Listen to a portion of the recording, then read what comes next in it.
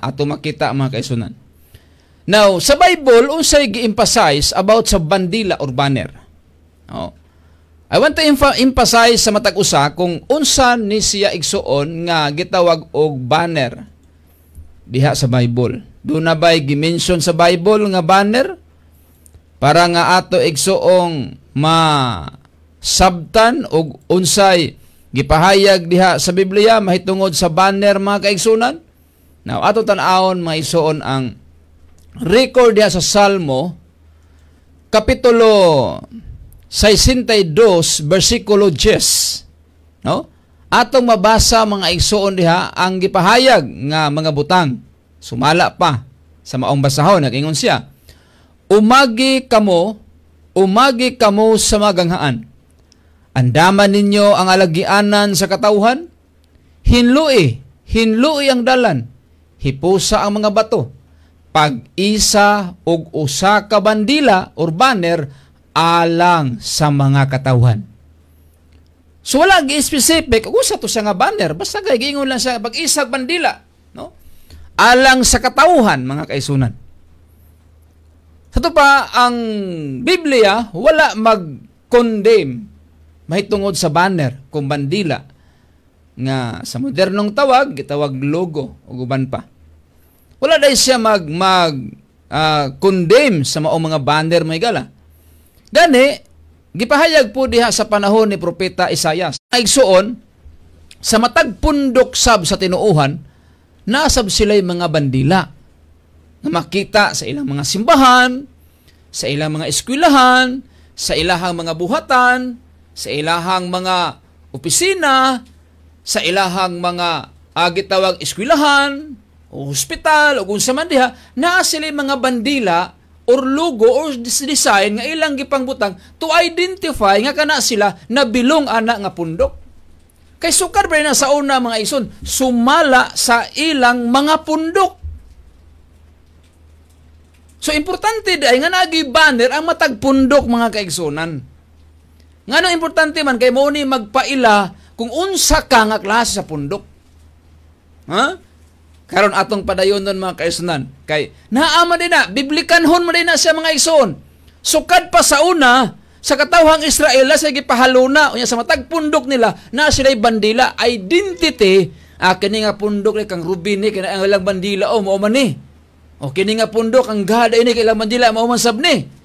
Sa ato sa panahon karon pa, kita ni mog bandila nga cross, minsan ka, ay sa Roman Church na kay cross, na kay ilang logo, ilang bandila. Pagtala sa niya timbangan ang nakabanbutang nga bandila igsuon yan ay kuan, na kulor-kulor, uy, Iglesia ni Cristo din kay ilang bandila.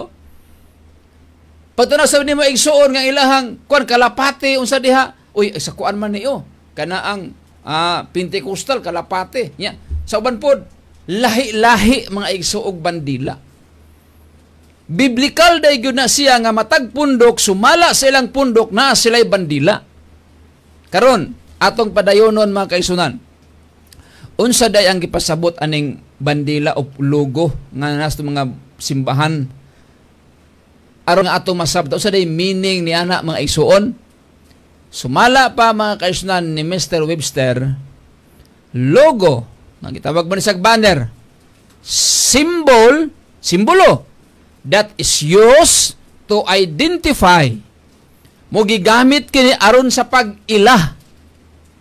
Symbol an action, object, event that expresses or represent a particular idea or quality. An authoritative summary of faith or doctrine. Kanading logo or banner mga kaisunan, imo mo din na siya pag-summarize, gihulagway, gipahayag, gisamari ang imong pagtuo og doktrina sa mao nga logo or gitawag banner.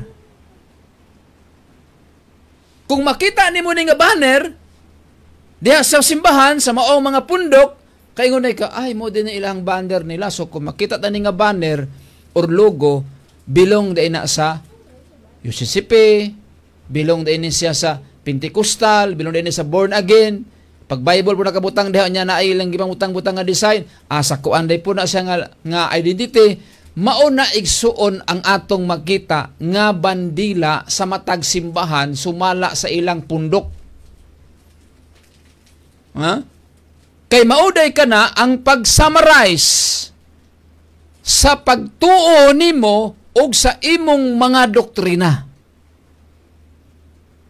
Ha? So, pagkakita nimo og banner or logo sa imong simbahan, usa day doktrina aning simbahan. Unsaon ang bandila? Ipakayab karon ko ng imong simbahan kay do na may mga SDA karon og ubang pundok dili ganahan o butang og bandila silang simbahan or logo. Unsa may imong gipakayab makamatura nga wala man kay bandila?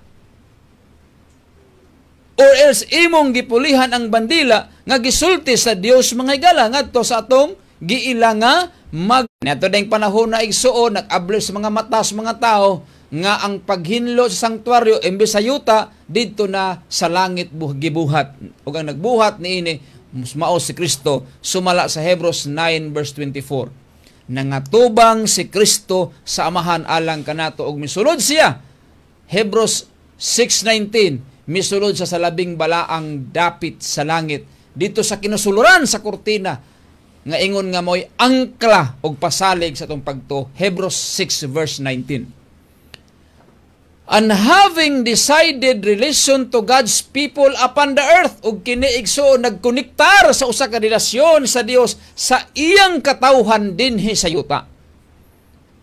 Unsa man ang gipakita kan Sister White nga nahimong banner sa katawhan sa Dios nga dunay relasyon sa Dios dinhi sa yuta kining mga katawhan ngadto sa Dios. Ingon siya din the first and the second angels and the third angels unfurling the banner on which was inscribed the commandments of God and the faith of Jesus Christ. Sa to paigsoon ang napasulod ni ining maong banner nga first, second, and third angels message mga kaigsunan nga gitawag unfurling the banner nga sa maong bandila nahasulat, nahaukit ang commandment sa Dios o ang pagtuo ni Ginoong Hesus. Bot pasabot, sa dihang nagdala ka og banner mga igsuon nga three angels, naa diha nasulod ang nakasuguan sa Dios o ang atong pagtuo. Gisamarin nato, gisamarize nato diha ang atong pagtuo o ang atong doktrina as a Seventh-day Adventist mga higala. Karon kung imo nang biyaan nga bandila mga igsoon sa mahitabo. Kung ito nang biyaan nga bandila.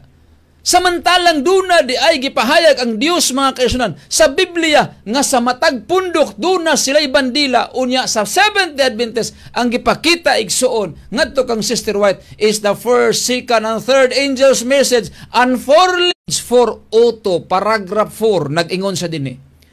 We are raised the banner on which is inscribed the commandments of God and the faith of Jesus. Obedience to God's law is the great issue. Let it not be put out of sight. We must strive to arouse church members and those who make no professions to see and obey the claim of the law of heaven. Daghan daw mga sakop sa simbahan igsuon nga naga paningbasog sa pagsunod sa sugo sa Ginoo by obeying God's law. Munang ibutang ng bandila para to summarize nga kini ang klasas mga pundok kay three angels ang ilang banner ang ilang logo nagpaila kini mga tawhana magtutuman sa sugo sa Ginoo. Ingon ana mga kaigsunan. Ug unsa man kahidangatan kon kining maong banner igsoon ato ning i-hold down, ato ning tanggalon. Ha? Usa kahay mahitabo mga suking tiggaminaw kon atong duyugan ang unahuna sa kadaghanan nga tanggalon na nato na kay dili naman nato gikinahanglan. Igsoon usa ka dakong sayop kon ato ning tanggalon kining maong logo mga kaigsunan nga three angels. Nganuman samtang nagdala pa kag ngalan nga Seventh-day Adventist or Iglesia Adventista del Septimo Dia ayaw tanggalan na Kay kanang ngalan hinatag na sa Dios og kining banner iato ning dat-on hangtod mo sira ang kaluwasan. Tanggalon gani na ninyo mga kasanto. Kuhaon gina pulihan gina ninyo og lahi. Or tanggalon na kay di mo gusto ana. Unya gipahayag ra ba na sa Dios sa iyang alagad, ilabi na ka Sister White, nga kana nga bandila dad-on tana hangtod sa pagsira sa kaluwasan. Bot pasabot. Sirado na ang kaluwasan sa tao kung iyan itanggalon mga igala. Nganuman kay dad-on ni hangtod sa pagsira. Di wa naman kamo dala. Nasira na. Ngayon na ba ang Biblia? Ang paghukom magauna sa balay sa Dios. O kay magauna man sa balay sa Dios, unya gitanggal naman ninyo, inyo naman yung gipulihan, inyo naman yung gialisdan, inyo naman yung isong gibaliwala, na but pasabot, nagsira na mag-una-una sa kaluwasan. Ha? Ato ganing basahon ni Ison. Ingon din sa Testimonies Volume 6, page 144, paragraph 1, nag-ingon. Men will employ every means to make less prominent the differences between Seventh-day Adventists and observers of the first day of the week. A company was presented before me under the name of the Seventh-day Adventists, who were advising that the banner or sign which makes us a distinct people should not be held out so strikingly. Gipakita kaniya igsuon na kini daayng moing bandila mao din ni magpaila sa kalainan tali sa mga Seventh Adventist ug sa first day observer, first day of the week observer. Usa ka grupo gipakita kaniya nga nagdala og ngalan Seventh Adventist ug kini sila nagdala advising gitambagan sila nga magdala aning maong banner o nining maong sign nga maoy magpaila kanila nga sila tinuod og lahi nga katawhan sa Dios. For they claim that his was the best policy in order to secure success to our institution. Nga mo ni magdalag ka kalampusan mga kaigsunan. But this is not a time to hold down our colors, to be ashamed of our faith. This distinctive banner described in the words, here is the patience of the saints, here are they that keep the commandments of God, and the faith of Jesus is to be born through the world to the close of provision. Pitiglaruhan, no? Kini nga bandila pagadad-on hangtod sa pagsira sa kaluwasan og na-inscribe, gidescribe sulod sa mong bandila ang commandments of God and the faith of Jesus. Kung imo na naigsuong wagtangon, wala na ma-describe, wala na ma-inscribe diha kanimo ang bandila, ang kasuguan ug ang pagtuo nato diha kang Ginoong Hesus nga matod pa ni Sister White is to be born through the world. Dadon tani, ibantala tani sa kalibutan to the close of provision. Hangtod sa pagsira sa kaluwasan. Unsa nga bandila? 3 angels mga kaigsunan nga dunay mensahe nga ang sulod sa 3 angels mga igsoon is the commandments of God and the faith of Jesus Christ. Unsa di gipasabot sa logo or banner, gitawag kini igsoon og summary of faith and doctrine. Pag makita sa mga tao 3 angels, moingon dayon sila kini nga grupo wala ni musagol sa pagtulon sa Babylonia. Dili sab ni musimba sa mananapapintas ug mudawat sa iyang marka, numero ug musimba sa iyang larawan. Ug kini nga pundok magtutuman ig sugo sa Dios ug duna ni gitawag fundamental belief nga mao ang gitawag pillars of faith nga mao ang sanctuary doctrine nga naa si Christ sa sanctuaryo sa langit. Gisummarize mga kaigsunan. Ug bato ba Sister White, this is not a time to hold down our colors. Pero sa may nahitabo na karon mga kaigsunan, salapi na himong taya, ang imong bino na simbugan og tubig, ang imong mga prinsipe, mga masuklanon og mga kauban sa mga kawatan, ang tagsa-tagsa kanila na higugma sa mga hip-hip ug nagtinguha sa mga balos. Wala, nilubad na mga isuon. Ha? Nausab na, naunsa ba? Matod pa sa Biblia. Muna ato makita ang mga kaisunan nga barog ta.